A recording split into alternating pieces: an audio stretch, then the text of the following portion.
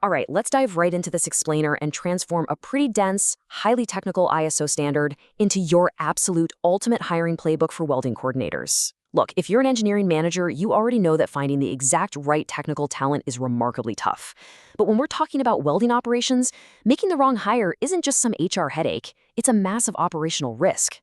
Think about a pipeline delay or structural recall that ends up costing literally millions of dollars, all because a defect wasn't caught in time.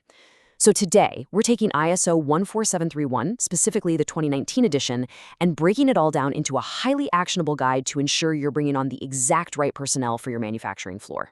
So here's our roadmap for today. We're going to cover high-stakes coordination, define the core tasks, break down the 3 competence levels, clarify technical compliance, and wrap up with a concrete ISO hiring checklist. Section 1. The high-stakes welding coordinator. Let's start with the baseline of why this role is such an absolute necessity. This quote, directly from the introduction of the standard, brilliantly illustrates why this framework exists in the first place. I mean, think about it. A single weld failure in the field can be totally catastrophic, whether we're talking about a high-rise structure or a pressurized vessel.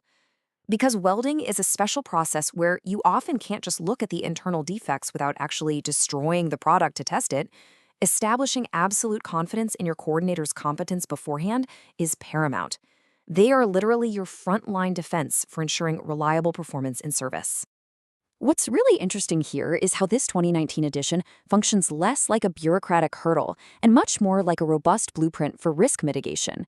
It gives you, the manufacturer, the exact vocabulary and framework you need to safely and effectively allocate quality-related tasks. Basically, it takes all the guesswork out of technical management. Moving to Section 2, defining the core tasks.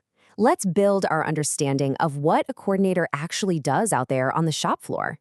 The crucial point is that coordination involves the entire life cycle of manufacturing operations. It's not just about watching sparks fly. It starts way before an arc is even struck, right in the planning phase, reviewing specs, assessing base materials, and qualifying procedures before materials are even ordered. Then it moves into executing and supervising the actual welds, and it finishes with inspection, which the standard explicitly calls out as a core part of the job. It's the comprehensive evaluation of conformity through observation, measurement, and testing. All right, Section 3, the 3 competence levels. Now we need to break down the exact caliber of coordinator required for your specific products. Because let's face it, you don't always need a rocket scientist to build a bicycle, but you absolutely need one to build a rocket, right? The ISO framework ties 3 distinct competence levels directly to the complexity and criticality of your operations. At the comprehensive level, which is for those highly complex, high-criticality products, you'd see daily operations like the full oversight of critical pressure vessels. Moving to the specific level, this is for moderately complex operations like managing your standard structural steel welds. And finally, the basic level applies to simple, low-criticality products. Think supervising basic routine joint manufacturing. You really just need to match the person to the product type. But how do you actually measure this when you're sitting across the table during an interview? Well, to hire effectively, we have to look at 3 specific ISO definitions. The first is knowledge. As defined here, knowledge is simply the theoretical or factual assimilation of information. It's the facts and theories they learned in a classroom. Think of knowledge as essentially passing the written test. It's totally essential, yes, but it really is just step 1. Building directly on that, we've got skill. If knowledge is passing the written test, skill is absolutely passing the practical exam. It takes all that assimilated information and puts it into motion. It's the cognitive ability to logically solve a problem or the actual practical manual dexterity required to use materials and testing instruments effectively out on the floor. And that brings us to competence, which is the ultimate gold standard you're trying to verify. Competence isn't just knowing the facts, and it isn't just having a skill in a vacuum. It is the proven, autonomous ability to execute those daily operations in a wide variety of totally unpredictable real-world situations, all while carrying the heavy weight of responsibility. When you hire, you aren't just hiring knowledge, you are verifying proven, battle-tested competence. Section 4, ensuring true technical compliance. Let's dive into who actually holds the bag when production begins. I absolutely love this explicit mandate from Clause 4.2 because it just lands such a heavy punch. It says welding coordination is the sole responsibility of the manufacturer. The coordinator manages the daily tasks, sure, but you, the engineering manager representing the manufacturer, you own the ultimate liability. Even if you subcontract your coordination out to a third party, the standard specifically states compliance remains your responsibility. You simply cannot outsource accountability. So look at the stark contrast here between your overarching operational accountability and the specific authorizations you grant your talent.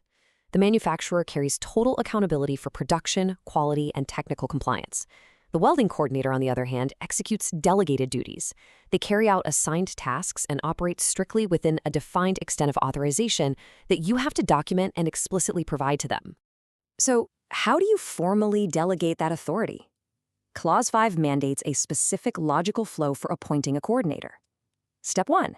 You determine the required competence level, comprehensive, specific, or basic, based on your operational complexity.